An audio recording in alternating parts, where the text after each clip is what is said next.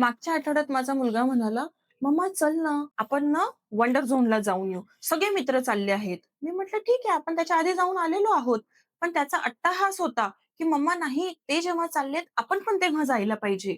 मग विचारल्यावर लक्षात आलं, की मम्मा ते सगळे जातील, मज्जा करतील आणि मग मी त्यांच्यासोबत नंतर भेटलो, तर माझ्याकडे ना म्हणे बोलायला गप्पा राहत नाही किंवा टॉपिक राहत नाही. बेसिकली हे काय आहे बरं? This is what is called as FOMO, fear of missing out.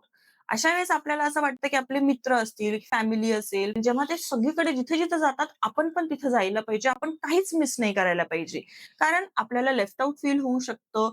मग जेव्हा ते गप्पा मारतील, आपल्याला थोडी बेचैनी वाटते किंवा आपल्याला असं वाटतं, की "अरे, मला तर ही कल्पनाच नाहीये, ही घटनाच माहीत नाही कधी घडली." आणि अशा टेंडन्सीमुळे कधी-कधी आपण ना अंडर स्ट्रेस, अंडर प्रेशर किंवा कधीतरी इच्छा नसताना सुद्धा मन मारून अशा ठिकाणी जात असतो. पण प्लीज थांबा.